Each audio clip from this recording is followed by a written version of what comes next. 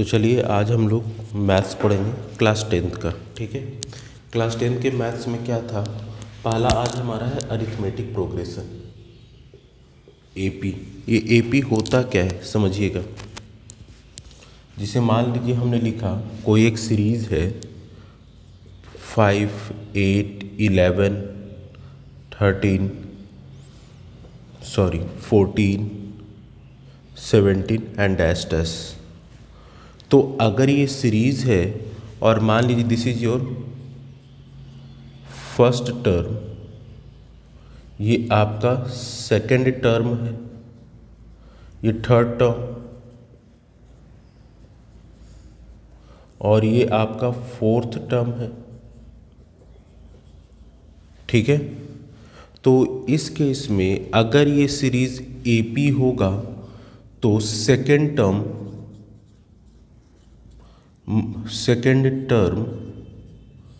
Minus first term equals to third term minus second term equals to fourth term minus third term. ठीक है, तो ये AP का condition होता है।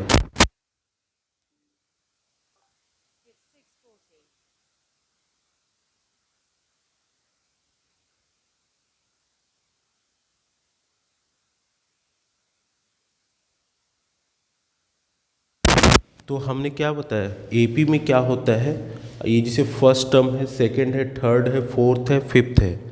तो इस केस में क्या होगा कि second term minus first term जो होगा वो थर्ड टर्म के माइनस सेकंड टर्म के बराबर होगा।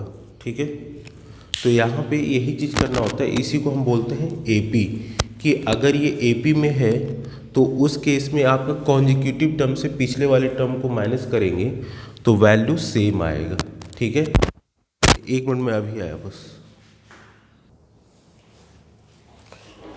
तो हमने ये चीज़ किया यहाँ पे कि second term minus first term मतलब this minus this equals third minus second equals to fourth minus third.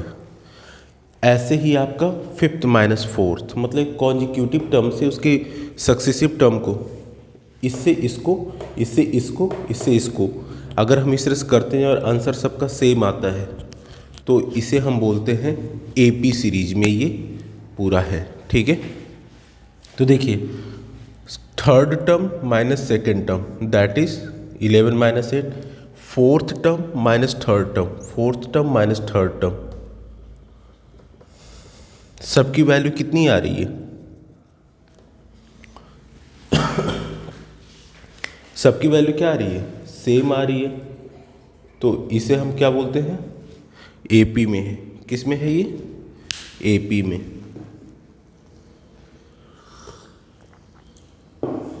ठीक है, अब नेक्स्ट क्वेश्चन। तो यहाँ पे इसी तरीके से एक और देखते हैं, मान लिए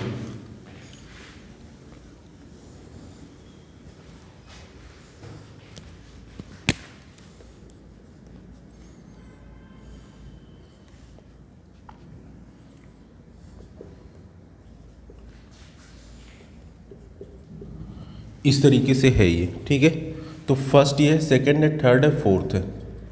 5 minus 1 equals to 9 minus 5 equals to 13 minus 9, ये होना चाहिए।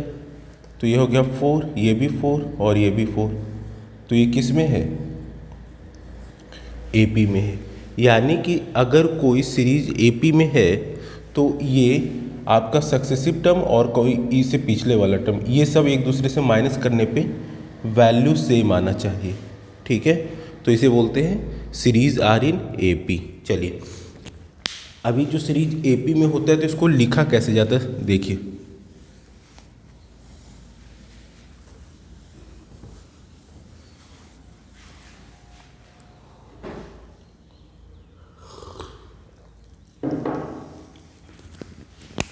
ये कुछ इस तरीके से होता है, A1, A2, A3, A4, A5 और इस तरीके से हमने माना कि ये सीरीज जो है n टर्म तक गया है। ठीक है, ओके, ठीक। तो A1 जो है this is called first term, A2 आपका सेकेंड टर्म।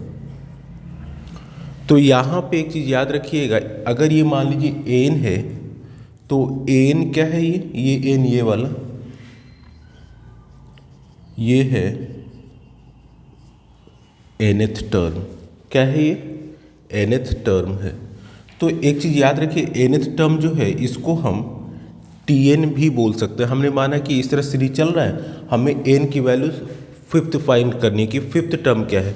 तो यहाँ पे n क्या हो जाएगा, n बोलिए, या फिर इसको भी मिटा दीजिए, हम tn लिख लेते हैं। ठीक है, तो ये है, हमें मान ली कि फिफ्थ टर्म पूछ रहा है, तो फिफ्थ टर्म मतलब क्या हो जाएगा, ये T5। तो यहाँ पे जो Tn है nth टर्म है वो कोई भी वैल्यू हो सकती है। तो यहाँ पे फॉर्मूला होता है ये Tn, that means nth term निकालने का, a plus n minus 1 into D. ठीक है, आ रही बात समझ में? यहाँ n क्या है, nth टर्म है, और d क्या है, कॉमन डिफरेंस है। d क्या है, कॉमन डिफरेंस है। जैसे हमने कहा 5, 9, 13, 17, 21 इस तरीके से है। तो यहाँ पे d की वैल्यू क्या हो जाएगी, d जो होता है वो कॉमन डिफरेंस होता है। तो कॉमन डिफरेंस क्या हो जाएगा, 9 माइनस 5 दैट इज़ 4। अगर ये सीरीज AP में है तो पहले 9 माइनस 5 या फिर 13 माइनस 9 कितना हो जाएगा, 4। तो ये आपका d ये वैल्यू होता है। मान लीजिए हमें फिफ्थ टर्म फाइंड करना है, n की वैल्यू 5, हमें फिफ्थ टर्म फर्स्ट इस तरीके से जा रहे 1 2 3 4 5, ये 21 है। देखिए आता है कि नहीं, तो n की वैल्यू 5 है, दैट मीन्स फिफ्थ टर्म। तो T5 यहाँ पे रखेंगे। a फर्स्ट टर्म होता है, a क्या होता है, ये फर्स्ट टर्म होता है। तो a 5 है, तो 5 प्लस n की वैल्यू 5, d की वैल्यू कितनी है, 4। d की वैल्यू कितनी है, 4।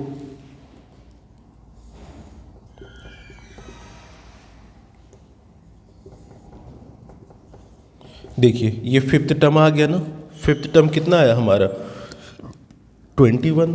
तो AP में ये फॉर्मूला होता है nth टर्म फाइंड करने का, जहाँ a होता है first term, n number of term, आपको सिक्स्थ फाइंड करना है, सेवन्थ फाइंड करना है, d होता है कॉमन डिफरेंस। कॉमन डिफरेंस क्या, किसी भी सक्सेसिव से इसके पीछे वाले टर्म को हम माइनस कर देंगे, मतलब दिस माइनस दिस या फिर दिस माइनस दिस, वो सेम आएगा, तभी तो ये AP में है।